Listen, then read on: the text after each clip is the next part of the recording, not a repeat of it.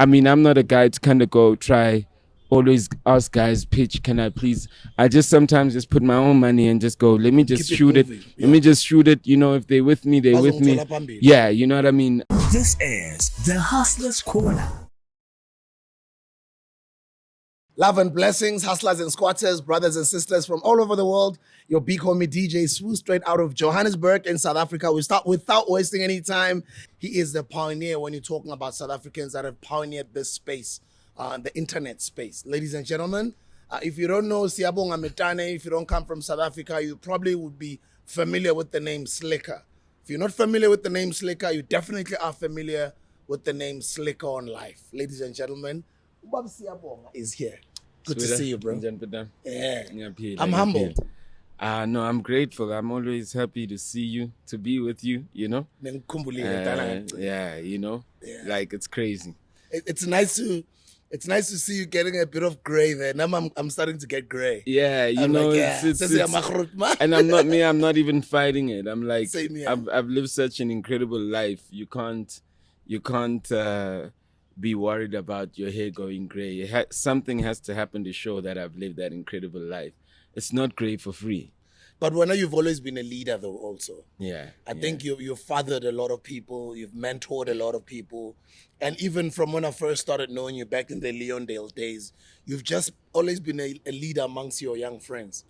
Yeah, it's funny. I was just thinking that about you before the camera's on. I was just thinking how many bodies or how many people have felt a certain level of hope through you, not just through you, just the hope, but like have literally been saying, I've got money in my pocket through you and through your ideas. I was just thinking about that. I said, geez, it's incredible, the body count of people that not only have you given hope with just the hope, but like put something in their lives, you know, in their pockets, in everything that you've done, you know. So I was just thinking about that. I just saying, if body count your muntot, I wanna he did touch, whether they like you or not, but they cannot deny that like the hope was beyond just like the hope. It's like it changed their lives. Yeah. So that's incredible. And when I'm sitting here next to you, I just felt that energy. I was like, yeah, I feel good to be around that energy. Never forget that about you. Thank you, bro. Yeah. I appreciate it. And thank you for being a very sincere, honest, good brother to me. Yeah. Personally, I think I've had a great relationship with you over the past 20 years. Yeah. And it's been a great period growing together. Yeah. You know, I know I'm a few years a little bit older than you, but we're pretty much a similar, like we're in our 40s, early 40s. Yeah, exactly. We're the same generation. And to have grown together all these years, to have never had any type of beef, to have always created magic when we come together, to have always, sat in those 1 hour phone calls on certain moments. We don't speak all the time, but whenever we do catch up, for me, it's always positive vibes. And I just wanted to say thank you. Thank you. There has to be other flames for us to also believe that we can burn also. You can't burn on your own. You know what I mean? That's why you're growing this forest. You see? Yeah. You know, like nothing happens in isolation. You know, whether we far or close, each person that's literally starting a fire somewhere, MOFAYA, spreads the fire to somebody else through their energy, and even if they do it bigger, better than you. I was just saying this weekend. I was saying, I mean, I don't know Burna Boy from a bar or so, but like I met him when he wasn't the most important person at Liz's place, you know, and I think he was having a beef with another artist. And I don't know him, but I just felt so, like, I felt so emotional seeing him at Delicious, like, this past weekend. And I said, imagine how he feels. I mean, I'm so blessed to see this guy to see his life from nothing to such an incredible space, where in South Africa he's not outside Liz's place, you know, in an all-white party with, it's like almost like a huge upmarket class that's just there, people spending 800, a couple of $100,000s on VIP just to watch him, and it's packed. And I said, you know, God is incredible. You know, you cannot underestimate the power of God as much as you can underestimate anybody around you, because you just don't know what his plans are for everybody, you know. So I just felt a sense of pride for him without me knowing him. You know what I mean?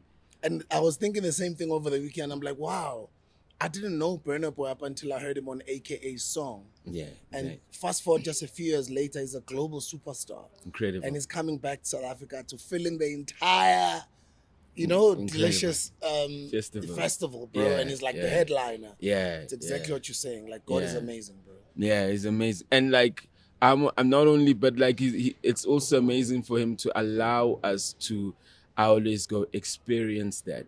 You see, this is what gives, like, when you get older, this is what gives you more humility.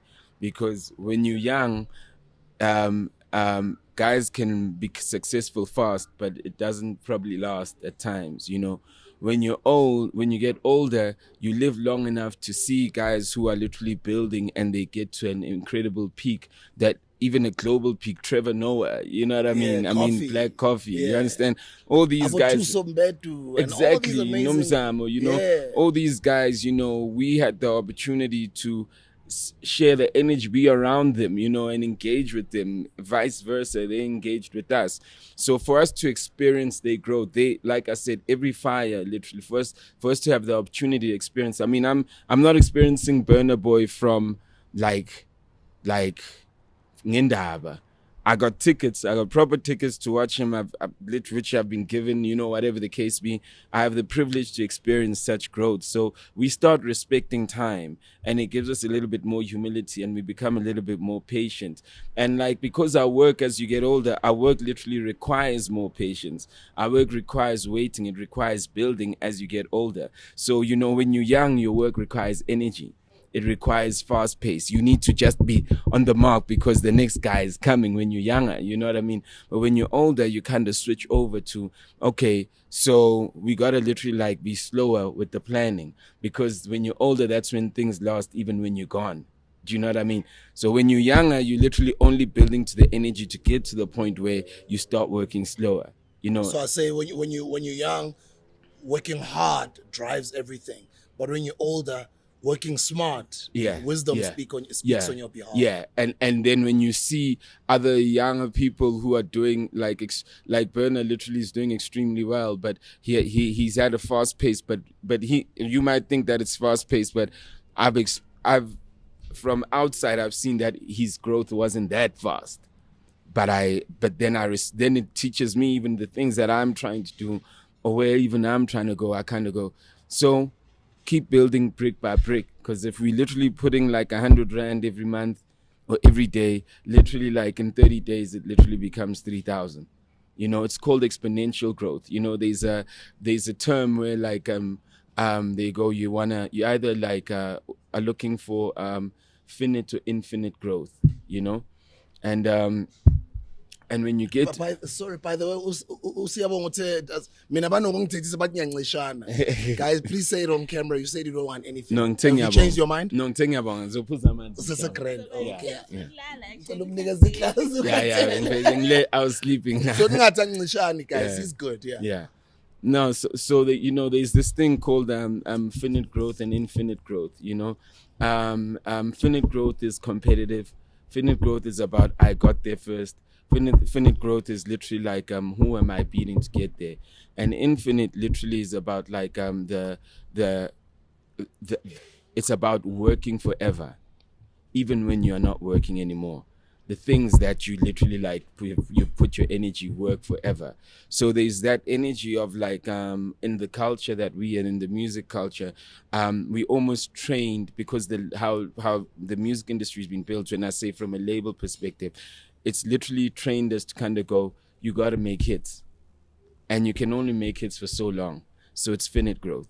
So, a lot of kids, a lot of artists, a lot of people, literally, their big dream is to be in infinite growth and not infinite growth.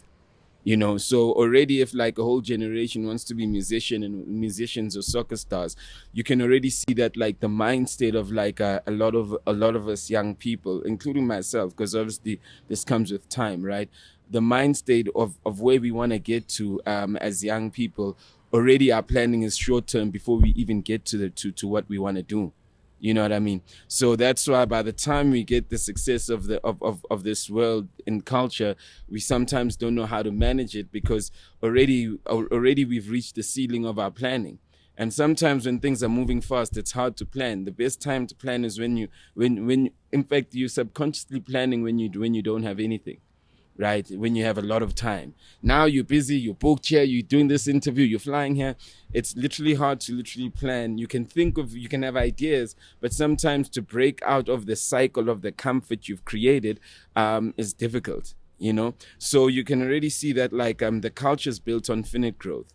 And that's why the music business in South Africa, there's not even one person, one black person that kind of says, well, we literally do music rights and we own music rights, right?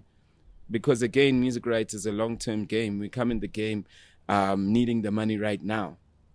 So in the music industry in South Africa, across the board, you'll always realize that we'll own our shows, you know, we'll own our shows, you know, we might maybe own our masters, you know, but at the end of the day, and when we sign artists, we literally only signing for,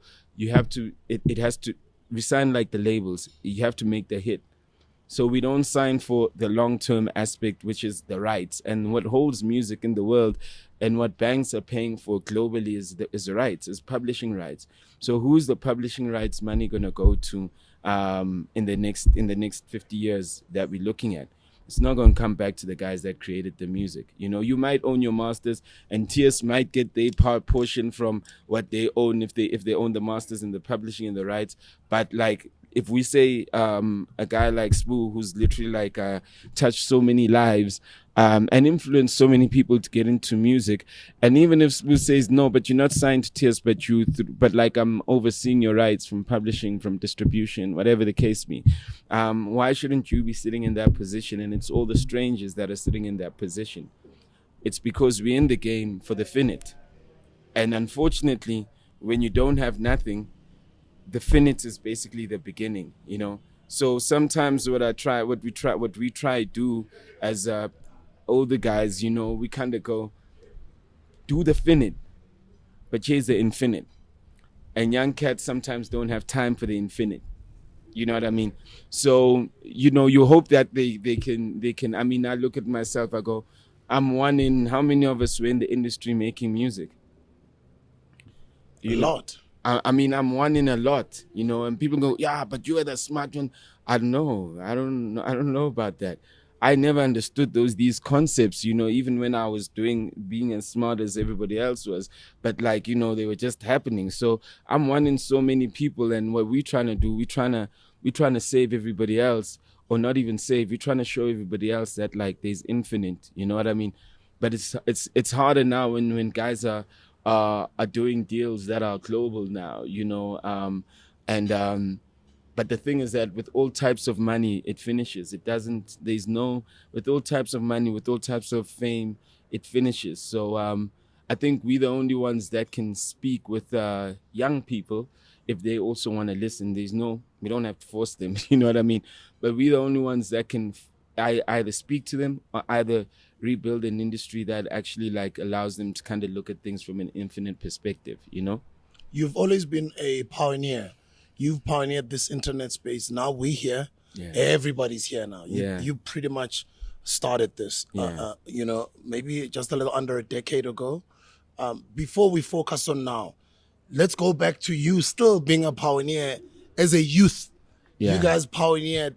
I mean, when somebody mention the biggest groups of all time in South Africa, you were one of the founding members of one of those groups. People will mention the likes of Abu Mafikizolo, they'll mention Abu TKZ, but definitely they'll mention SkwattaKamp. And SkwattaKamp specifically in the hip-hop game, you guys were pioneers. And you were one of the, I don't want to say leading members as if everybody else wasn't leading, but you're one of the founding members. And give us that experience before we come back to the pioneer now in 2022. What you pioneered is literally blowing up. What you pioneered then as a young person blew up also, and it's still on now. And artists now making, you know, if not hundreds of thousands, millions out of what you guys created then when there was no money in it.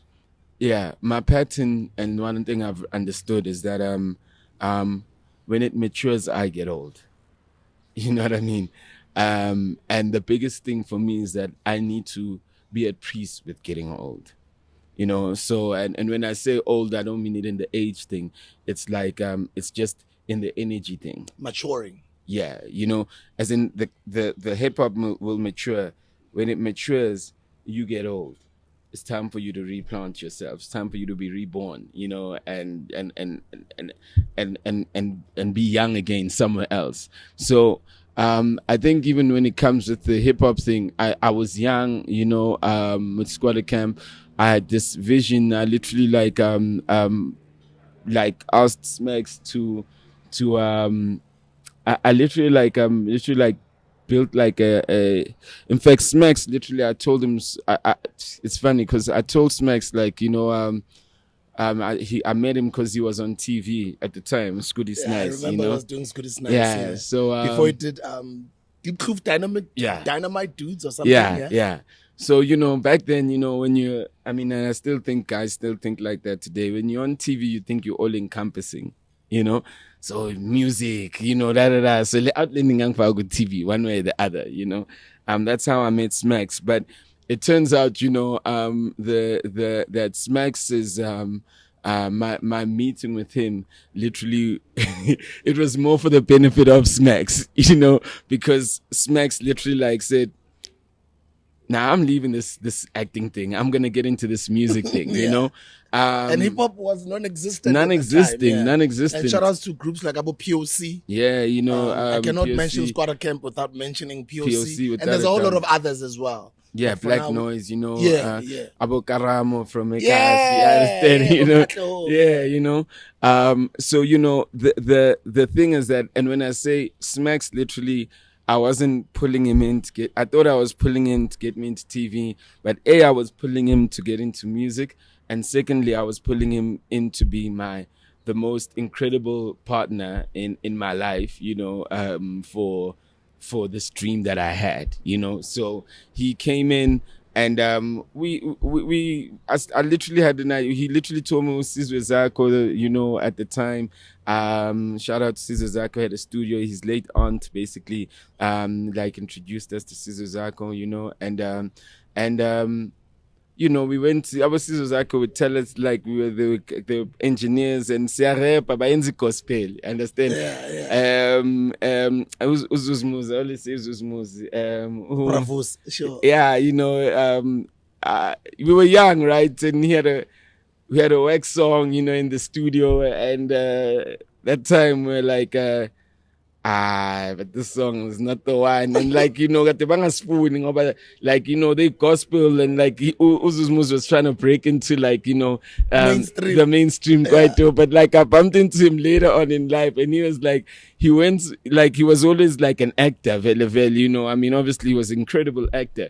And he says that, ayabona mfana, yakumbule, benhlupha mara. The time being performer somewhere, ngabona Jimmy Dludla performer, ashaya ingoma, ahlanyisa crowd, but ngena next. Angabona ukuthi le nto ecula ngeke ngisebenze. Ngayeka. He says the same thing Amu said about pro. Amu says when you saw pro rap, when you heard pro rap, you was like, I'm leaving this. Yeah, exactly. So I mean, in that end, you know, I mean, we were in the gospel world, but like I went to Smacks, and I think that maybe this is my first kind of mind state of being entrepreneurial without me knowing. I said, okay, I've just gone to Jam Alley, I got some money. I took my Jam Alley money, I literally started buying equipment, right? My brother was in IT, I literally asked him to get me a computer. We got cracked software. Smacks spoke to his late father, shout out to him also, to also assist us, you know, and he came through and he got us some speakers, whatever the case be. And that's where like now we had a studio. It is 90s, it's unheard of for kids to have a studio. In fact, it's so unheard of to have a home studio that like when Smacks and his pops literally went to get the equipment, they gave them like club equipment, not studio equipment. You never had these small, like studio things there, you know what I mean? So it was so unheard of for a person to think that they're going to have a studio in the house, you know, that it because it's a studio, but it's because it's bad. You know, like isn't like this kumbanga amplifier, but we amplify your part. You understand? It wasn't like so you know, it was unheard of, and we struggled to just get the right sound, you know. Similar to, I mean, even with Slikour Lives, like I struggled to finally get the right visuals, quality of visuals, we struggled to get the right sound. The music had a hiss, but we kept going, and all those things were literally practice for us to actually make songs like Umoya, and I'd even go back to Slick on Life, even as a platform. All the times I was struggling to get like the right kind of visuals, the right people. That was my practice to know how to do TV shows, which I'm currently doing. You know what I mean? So, like sometimes with all these struggles, they actually like teaching you to go to the next level. And even when I say TV shows, like the TV shows you take the money there to invest in a, I mean, I'm not a guy to kind of go try always ask guys, pitch, can I please? I just sometimes just put my own money and just go, let me just shoot it. Let me just shoot it. If they're with me, they're with me. Yeah, you know what I mean? That's really been where we've been. So that was the same thing even with the studio. I said, hey, mfana, let's just build our own studio. And we did it. And man, the hood, everyone in the hood, I mean, there were incredible guys that came in the hood. I'm always humbled by the chances that God gives me, because there were guys who were talented on the key. And even in the marketing, which for me, I'm saying, Brad, so old. I'm so old in that, you know. Was that there not in my lifetime? That was not in my lifetime. Was almost like my 5th campaign. Because you did a lot of campaigns, man. And you've always been able to unify everyone in the industry. Yeah. Sorry for disturbing you. Continue. Yeah. So this was 2005, 2005, I literally like, Coke calls us, and the Sprite brand manager goes, we don't do ideas, we do campaigns, right? Here's a through the line campaign. It requires 1, 2, 3, 4. And what I'm going to do, like we have inter-agency meetings. So because you want to manage the music, you literally like come into those meetings. In those meetings, I learned everything about marketing. I mean, I'm telling people, I learned marketing inside Coca-Cola offices, listening to what people were saying. Oh, so mina bengiti fans market. Oh, so laba who don't buy into our stuffs, literally like or the guys that buy into our target consumers. Those that are not really buying into our stuff are just consumers. Okay, so we need to start with target consumers, get target consumers literally excited so it spills over to consume. Literally, these are things I'm learning inside the Coca-Cola building when I'm listening to them talk, right? And this makes me go to start writing my own things, I still don't have the confidence. And I remember one time we had a Motorola, the phone. Exactly. Motorola was the Motorola Razr phone, and they called us because, the thinner one. Yeah. So agencies like calling that these young guys who are doing this. So they're still doing that till this day. So they called us in the room. And then I was like, talking about the market, and I remember they were like reprimanding me, going, and I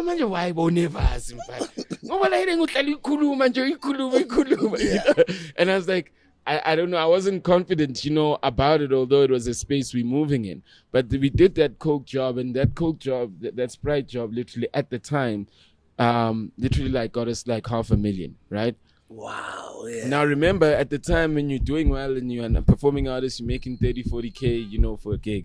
So we've never seen $500,000 come at once. Yeah. Our Smack said, I find out something. And my friend Smacks is right now running an incredible activation business, marketing business. Because in our business, even not in our lifetime, and shout out to Smacks. I miss you, bro. It's been a while. He's my brother. And so even that not in a lifetime thing, I was like the ideas person. Me and Smacks, I'm the ideas person. Smacks is the people's person. Smacks is the one that goes on the ground. He's the one that does the activations. He calls everybody. He posts. So he's like he's got an incredible skill of literally just like making people feel like, you know what I mean, like and he's genuinely that guy, not like he's even trying to make people feel like, you know what I mean. He's just got a good people's person's thing, you know what I mean. And I was just with him like on an Uber going to my house the other day with one of the guys that works with me in the office, and he sits in the Uber, and in the Uber literally like the driver's literally like he's sitting in the front, we're sitting at the back, and generally go Uber, it's like sharp, yeah, Smacks gets in the conversation with this guy. Like he gets in till he gets to my place, and this guy goes, "Hey, Mara, triple very short, yes." You know what I mean? And so he's got such an incredible energy, like with connecting with people. But I'm like a little bit awkward, you know, because I think a lot, you know, I'm too much in my head, you know, I'm just trying to say that, like, I know that like people go, yeah, you know, awkward. I've been awkward before awkward was awkward. You know what I mean? I'm too much in my head. Sometimes people make me uncomfortable. You know what I mean? I literally like, I get tasty, delicious or whatever the case be. And I know that in my mind, I've said that in order for me to kind of find like I must greet everybody. So, you know, if I can say, even if I don't know you, or like if someone literally comes, I must just greet, because that makes me feel like I'm connected, you know? So I got to think about how I am connecting. Because I don't have that I have people skills, and people go, no, you got people. I say, y'all don't know smacks. You know what I mean? So so I was the ideas person. He was the guy who did the events. He'd book guys, like when we did Not in a Lifetime, he booked guys in different countries in Africa. He's like the logistics guys, right? So I'm the ideas guy. So of course, me, when we go our separate ways, I'll start a digital platform, because, you know, what about it? What is it about digital people? Digital people are like this, awkward, you know? What does he do? He flourishes and he does like an activation agencies and partners with like some of the biggest activation agencies and starts his business in that way. You know what I mean? So that was the relationship that we had. I was like ideas, you know, and he was like the guy that gives it life on the ground. At some point, I was a YFM DJ. For quite some time, you kept on pushing this brand new amazing hip-hop artist that would then go on to be pushed for many years without breaking. And, you know, today we know him as Kwesta, and shout outs to Kwesta. I haven't seen him in quite some time. Has done extremely well, and is one of the biggest voices in youth culture in South Africa. What made you believe, and how did you guys meet? No, Senzo, ne? His real name. Villayas, yeah. How did you guys meet No Senzo, and what made you believe in pushing him even when he was not breaking? Remember, we had an artist called My Man, you know. Yeah, I remember My Man. Yeah. So My Man, I mean, we put in a lot of work with. Now, before we even have My Man, we had SkwattaKamp and we had Upoza. Poza was working on his solo album. Shout out to Poza, you know. Sure. So Poza literally, like, in the midst of his solo album, when it was done, it was finished, mastered, and covers shot, he just said, nah. You know, remember that time when you at that point recording an album, you spend probably close to 80,000, right? Which is a lot, you know. So it was like it was a bit disheartening, right? I mean, he was in the deal. We were all recording. I mean, it's not me that was recording the songs. This Ingoma Bezda, you know. We've got features from Lira. It was just like it was that album. Yes, Super Zinja Yakone Is Me. So he had a full album. That was the single. It was leading to that. So, you know, I mean, he just decided that, he doesn't want to do it. You know, talked something about energy. Okay, cool. So it was a little bit disheartening because I felt that we put in a lot of work, right? Then we went and we did My Man. So My Man literally like came out, worked. I remember like Lebo Matosa coming to my house because like he had that song Siyavuma, you know. So Lebo Matosa came and recorded that at my house. And she just said, geez, like, you're really pushing this guy, you know? Yeah. Remember, My Man was homeless from what he said. So he lived at my house, right? Also. So with that, you know, I mean, it was a case of it never worked with that also, you know, and it's always like the artist, it's him literally just like going, you know, Abana Nabantu, Nabantu. I mean, I was launching the ventilation mixtape, and he was busy fighting with people in the entry in the entrance, and he fought with Lebo also, you know, and Melanie Ramja, I remember her telling me that he was fighting with. So I asked Lebo, and Lebo was like, and that was for me, is like, you don't fight with Lebo, you know, like that's when I cut my ties, you know, like sharp, you know, I mean, and Lebo's literally like everything I'm doing, he's doing. So you don't fight with that guy, you know what I mean? Just because you live with me and you don't live with him and you think that, but he's a whole part of this thing. So cut my ties with him, you know, because of that. And then like, you know, I was just off there. I don't want to work with any artists because I decided politics. Artists are just like, you know, they're creative, great, but it's just hard. So JJ also now lived at my house. JJ Sesing. Yeah, shout outs to JJ. Yeah. I haven't seen him in a while as well. So you guys would know him from Boma Metro. Yeah, Metro. He's worked for a lot of radio stations. Yeah.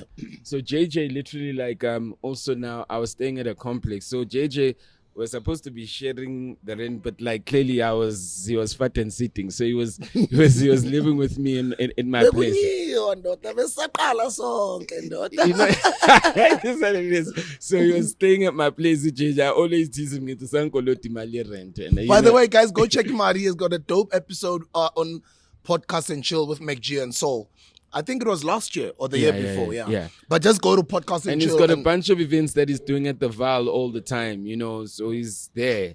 That's why I can pay back my rent, you know. So I mean, you know, so I'm just like, so JJ, I play him this music, and JJ was like, the Questa songs, you know, and I'm like, yo, I really like this guy. He reminds me of Fabulous, you know, but Fabulous like Ukhuluma Zulu, you understand? Yeah. He's got that thing, you know, like it's just so his voice, you know. I mean, I'm at the time of Fab was also very much like, you know, and I was like, yo, I just like this guy, man, you know, but I wasn't gonna do anything about it. And JJ pushed me, said, yo, see, sign this guy, you know. It felt that like, okay, cool, let's sign him. I put him on, and then we just started the journey, you know, with him. And I went to his mother's house. We talked about what we wanted to do. We're trying to get him to get back to school. Now, the first gig we did, he went on his first tour before he had an album, you know, through the Sprite Hip Hop Tour. You know, he was just a street rapper. I mean, he made some money from that, and we were like, okay, cool. This money you're gonna. Now, this is from this 500,000 that we have, right? We're like, so we're gonna break this bread for you so you can go back to school.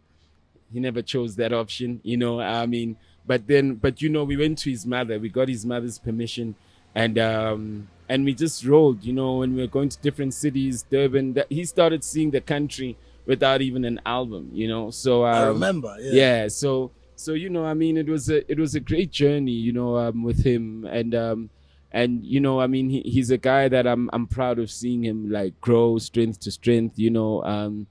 I worry when I see him when I see like issues that is, you know, I still worry about him, you know, just as a guy, you know. But yeah, you know, I mean, he's done what he's done. And it's incredible that what you believed in and recognized then, he's still relevant today in 2022. Yeah. He's one of the big guys in 2022. Yeah. The talent that you recognize like in the early 2000s, bro. Yeah. But I remember there was some time where you guys were pushing. Yeah. He just wasn't breaking. He just wasn't. You know what I mean? He just wasn't. And guys, I don't know if you've listened to Senzo's story. I think you must go to interviews where he's telling his story, because he's for me, he's one of those inspirations in this industry that you can push for so long. I was even saying the same thing about KO now. Obviously, KO has got a multiple number of hits. He's got a very big catalog. But just to push for so many years with no big song and get a big, same thing with Zakes last year, you know, for so many years. And I'm sure such stories inspire and encourage other younger artists, or even other seasoned artists, because at some point you go on with no hit music, you know? And I do also feel that, you know, I mean, I don't even want to, I feel that like time is an incredible thing that teaches you things also. Sometimes, you know, you also set up someone's success, not by you actually giving them that success. So, I mean, regardless of what Nota will say about me, you know, I mean, I think that like him being around Leroy, who basically also kind of like grew up with Usenzo and had at the time, you know, when I was speaking to Leroy, I think they went to school together. So Leroy also really wanted, when he was still working a corporate job, he really wanted Senzo to do well. You know, he had this out and blah blah type thing. And so when Leroy started to do his own company and Nota and them plugged in, I think also, you know, sometimes you set up people for the people that are going to take them to the promised land. You know what I mean? And it's definitely correct to say that Nota, Leroy, literally like literally set him up to go the journey further. You know what I mean? How did you discover Nota? I never discovered. Or how did you become part of the journey? I met him through Lebo.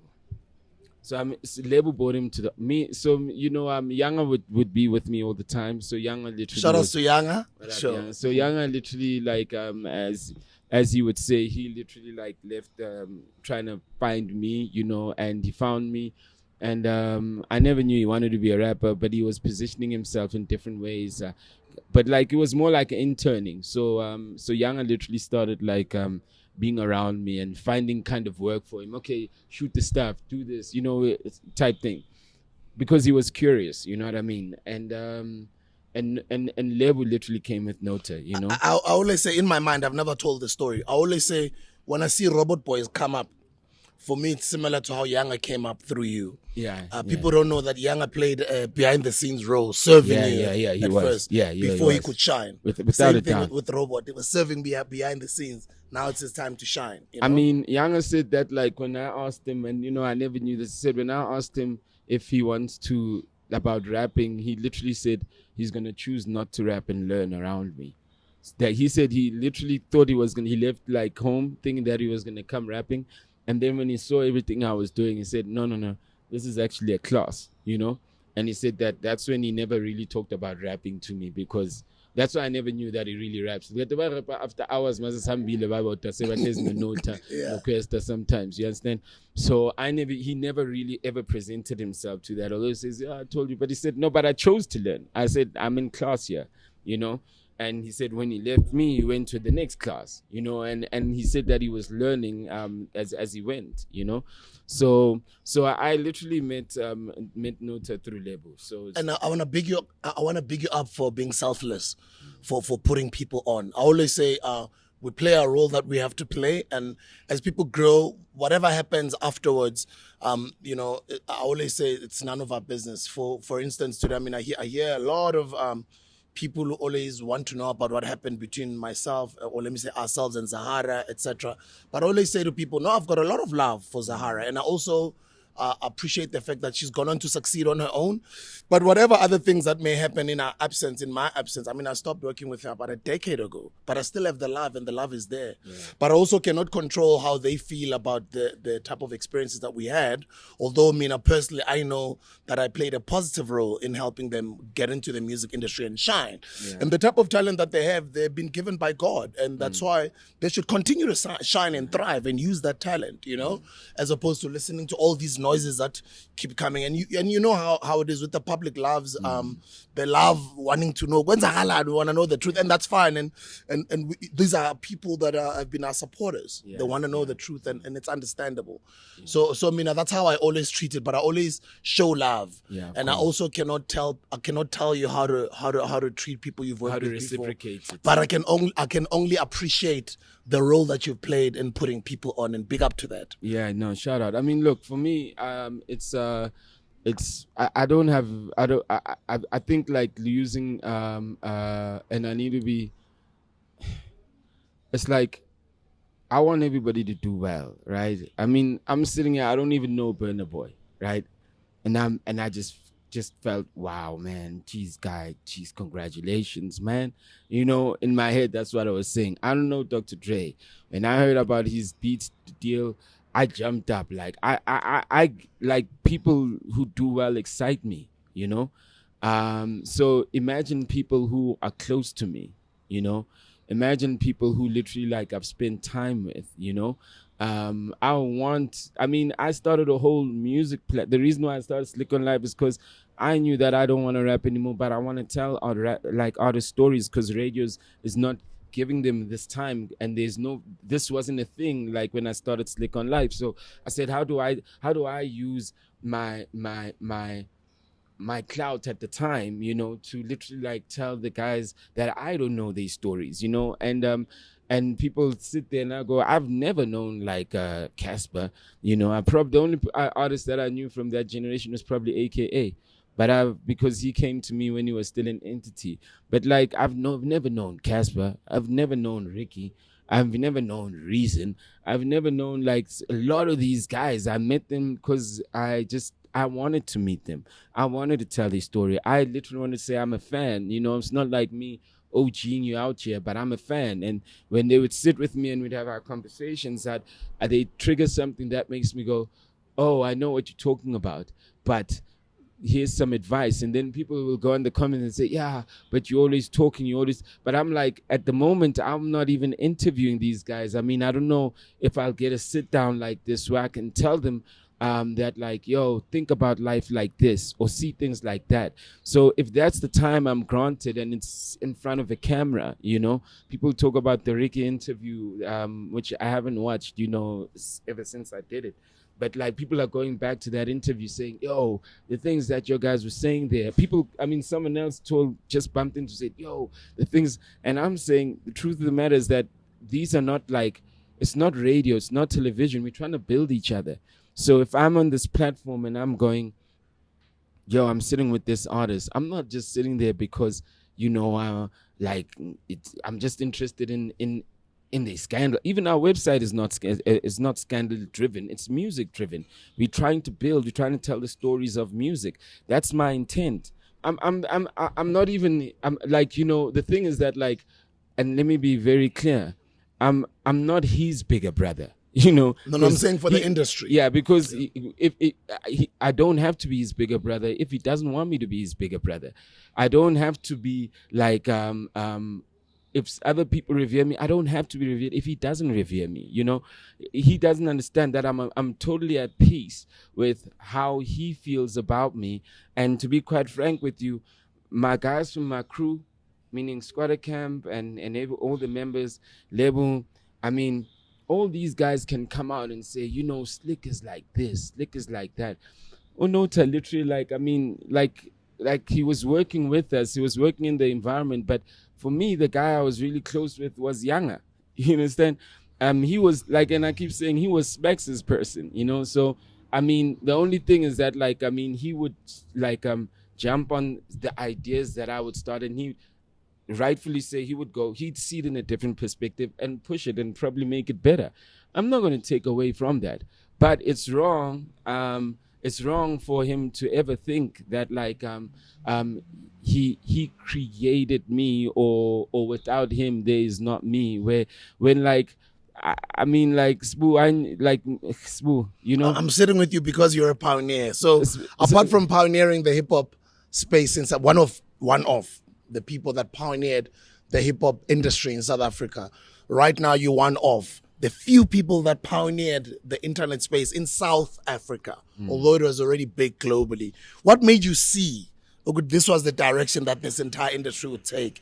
And what was your business model at the time? Because I started seeing your social media platforms change. Yeah. You changed from being an individual into becoming an entity. That's what Then I started seeing, yeah. okay, let's build something, man. Yeah, then I started seeing the internet platform. Then I started seeing you, accommodating musicians to have their music come out. At some points, there's some singles that I released through you because I knew it would come out whenever I wanted it. And you know what I mean? Like, how did you have that foresight? God did. You can't. It's just it's just gut. It's just gut. It's a feeling. It's a feeling. It's like what I'm feeling today. But it's risky. As much as it was risky from bada bing to ventilation, it was risky to go Slikour on live when nobody was seeing it at the time. So here's the thing, and maybe because people understand money better, right? When I quit my day job, right? Being mathematics, we're working like properly, but in my day job I was earning 3,000 every month, right? I quit my day job, literally saying that with 3,000 every month, right? Now I'm performing, so I'm saving it, but I quit my day job. That was a risk in the beginning. It was gut. In fact, not even, it was a dream. It said Hambalap, So I quit my day job. Now remembering mathematics, that I'm making money every month. So I quit my day job. What I do when I do day job, then I quit SkwattaKamp, right? A working thing. I quit SkwattaKamp. And when I say quit, not like quit the group as a rapper. Quit isn't like operating for them, Then I do ventilation. It's starting this thing called ventilation, Right? We do ventilation. obviously, you know, we hit with like with our first Ventilation Volume 1. It's an album with the video, with the DVD on the side, Yeah. double CD, you know. And like this is where people start getting the concept of, this is the Khaled concept. My album opens up with like Dumisho Mashu, you know, and he's literally doing an intro, and then we rap, me and Questa go, and then like David Gao comes in, you know, and then RJ Benjamin comes in, you know, and then Pro Kid comes in, you know, and then Zabs comes in, you know. In fact, the album is opened by Zab's the last letter. Yeah, in fact, Miss you, bro. You know, in fact, the album is opened by, it's my album, but WHP opens the album. Yeah. Do you understand? It's like, it's the whole Khaled thing, right? I'm rapping in tracks, but like I'm literally trying to tell you that I get like I'm telling you that, like, listen, there's more of us, you know. So this album, and remember, I'm at my prime, so I'm slick, right? And like the album is like got all these people, you know, like in it, and it's like already that was like, damn, man, you know, I can never eat on my own. You know what I mean? So that thing with SkwattaKamp was not a mistake. I can never eat on my own, right? So you have this album, Ventilation Volume 1, right? Ventilation, Sia basically like does this. By Ventilation Volume 3, I'm tired of rap, right? My son is about to come to the world, you know?